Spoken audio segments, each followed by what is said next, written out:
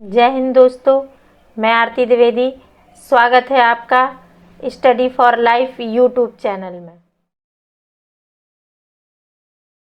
आइए हम अपना डिस्कशन स्टार्ट करते हैं। How public health boosts an economy. ये द हिंदू का आर्टिकल है और इसे आप थर्ड पेपर से जोड़ सकते हैं। किसी देश में एक मजबूत स्वास्थ्य प्रणाली आर्थिक विकास के मोर्चे पर बेहतर परिणाम ला सकती है। क्या डिस्कशन किया गया है, देखिए बिंदु। जब सार्वजनिक स्वास्थ्य छींकता है तो अर्थव्यवस्था ठंड पकड़ लेती है। कोविड-19 वैश्विक अर्थव्यवस्था के लिए गंभीर भविष्यवाणियां अंतर्राष्ट्रीय मुद्रा कोष से हुई हैं, जिसने वर्तमान संकट को महामंदी के बाद सबसे खराब मंदी कहा है। कई प्रतिष्ठित अर्थशास्त्रियों और भारतीय रिजर्व बैंक के गवर्नर द्वारा भारतीय अर्थव्यवस्था के लिए गंभीर पूर्वाभासों की आवाज़ उठाई है। क्या इससे अर्थव्यवस्था को संकटग्रस्त स्वास्थ्य के प्रभावों से बचाने के लिए स्वास्थ्य में अधिक निवेश होगा? हाल ही में घोषित 20 लाख करोड़ के पैकेज में भविष्य की महामारियों को रोकने और जवाब देने के प्रस्ताव शामिल हैं। इनमें स्वास्थ्य और कल्याण केंद्रों को मजबूत करना, सभी जिलों में संक्रामक रोगों के अस्पताल ब्लॉकों की स्थापना, प्रयोगशाला नेटवर्क और विस्तार का Indian council of medical research के तहत जूनोटिक रोग पर वन हेल्थ अनुसंधान शामिल है। यह संक्रामक फैलने की खतरे की सीमित प्रतिक्रिया है। आप लोग ICMR को भी ध्यान से पढ़ लें, इससे भी रिलेटेड क्वेश्चन पूछे जा सकते हैं। मेन क्या है कि अभी तक क्या होता था कि अर्थव्यवस्था बिगड़ती थी तो जैसे तब स्वास्थ्य बिगड़ता था। मतलब क्या था, जैसे अगर अमेरिका को छींक आ गई तो समझो पूरे देश का स्वास्थ्य, पूरे विश्व का स्वास्थ्य बिगड़ गया। पर इस बार ऐसा हुआ है कि पूरे देश को छींक आ रही है और पूरे देश का स्वास्थ्य बिगड़ने के साथ साथ अर्थव्यवस्था भी अमेरिका की भी बिगड़ रही है और पूरे विश्व की बिगड़ गई है। भारत विशेष रूप से स्वास्थ्य देखभाल में बीमारी के देखभाल से परे स्वास्थ्य में निवेश करके बहुत लाभ प्राप्त करने के लिए खड़ा है। जनसांख्यिकी रूप से युवा आबादी द्वारा किए गए उत्पादकता को संरक्षित किया जा सकता है।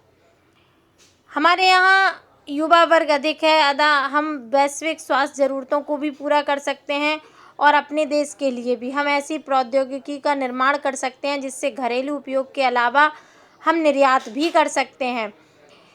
इसने स्वास्थ्य क्षेत्र के लिए सार्वजनिक वित्त पोषण को आगे बढ़ाया। यह सवाल किया जा सकता है कि आर्थिक मंदी के समय यह कैसे किया जा सकता है। इतिहास हमें सिखाता है कि इस तरह के निवेश आर्थिक प्रतिकूलता के समय में विशेष रूप से उपयोगी हैं। दक्षिण पूर्वी एशियाई देशों ने 1990 के दशक के एशियाई वित्तीय संकट के दौरान और उसके तुरंत बाद स्वास्थ्य और सार्वभौमिक स्वास्थ्य कवरेज में निवेश किया। द्वितीय विश्व युद्ध के तुरंत बाद यूनाइटेड किंगडम ने सार्वभौमिक स्वास्थ्य कवरेज को अपनाया।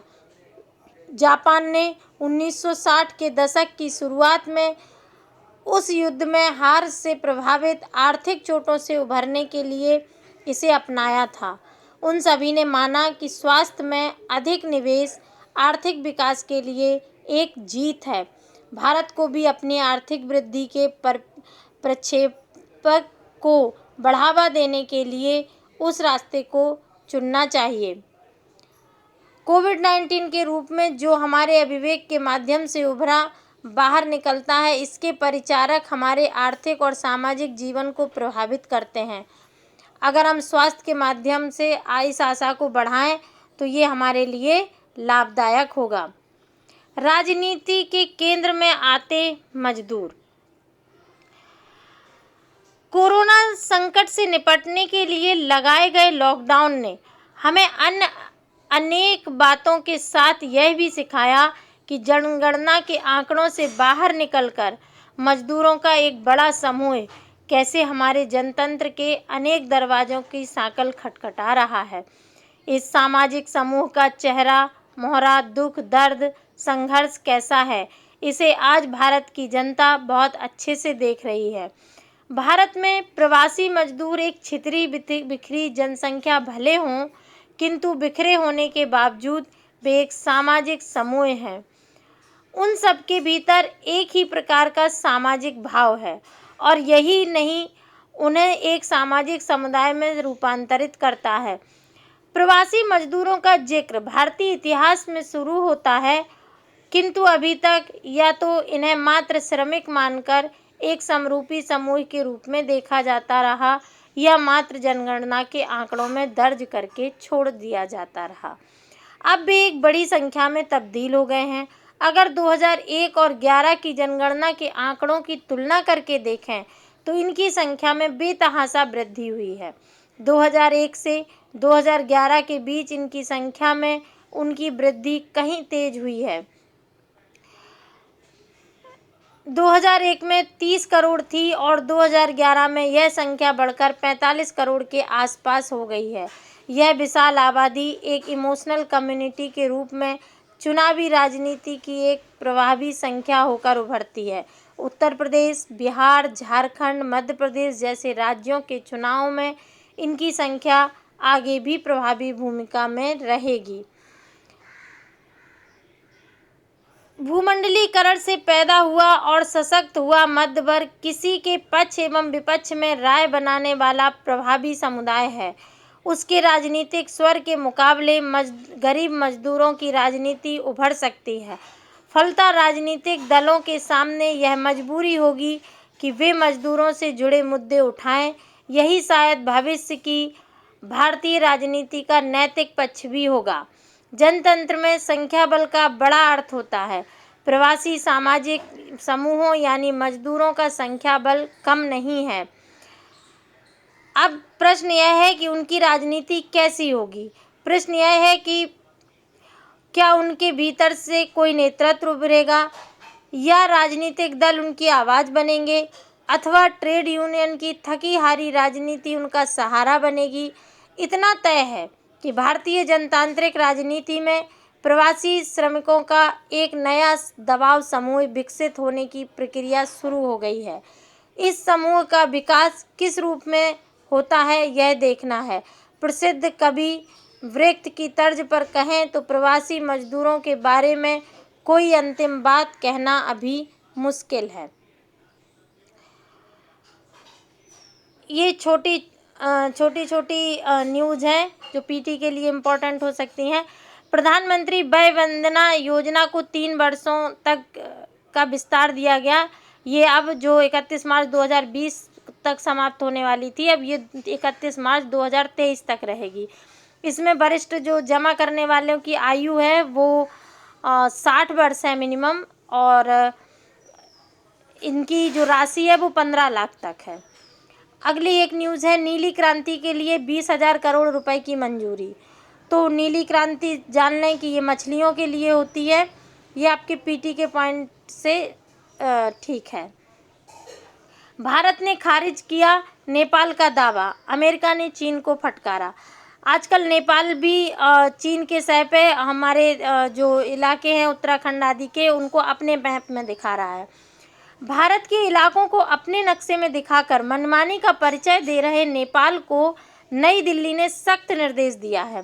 भारत ने कालापानी, लिपुलेख और लिम्पियाधुरा पर नेपाल के दावे को न केवल खारिज कर दिया बल्कि दो टूक ढंग से यह भी कहा कि भौगोलिक क्षेत्र के कृत्रिम विस्तार को स्वीकार नहीं किया जाएगा। स्टूडेंट इन स्थानों को भी मैप में ज़रूर देखें और आसपास के जो चीन से जुड़े हुए या नेपाल से लगे हुए जो दर्रे हैं, जो मैप में जो बॉर्डर्स पे पर्वत हैं, इनको देख लें एटलस में। चीन की सह पर आंखें तरेर रहे नेपाल ने बुधवार को अपने देश का नया राजनीतिक नक्शा जारी किया, जिसमें भारतीय क्षेत्रों को उसने अपने इलाके के रूप में चिन्हित किया। यही नहीं, नेपाली पीएम ने तो अपने देश में फैलते कोरोना वायरस के लिए भी भारत को जिम्मेदार ठहरा दिया है। इस सब के बीच चीन के साथ सीमा विवाद पर अमेरिका ने पहली बार खुलकर भारत का समर्थन किया है। अमेरिका ने कहा है कि सीमा पर तनावपूर्ण माहौल से पता चलता है कि चीन क्षेत्र के लिए कितना खतरा बन सकता है। भारतीय विदेश मंत्रालय के प्रवक्ता अनुराग श्रीवास्तव ने कहा कि लिम्पियाधुरा, लिपुलेख और काला पानी क्षेत्र पर नेपाल का दावा कतई अस्वीकार है। ताइवान ने चीन का आधिपत्य नकारा। ताइवान की राष्ट्रपति ने एक देश दो प्रणाली के सिद्धांत के तहत चीन का आधिपत्य स्वीकार करने से मना कर दिया है।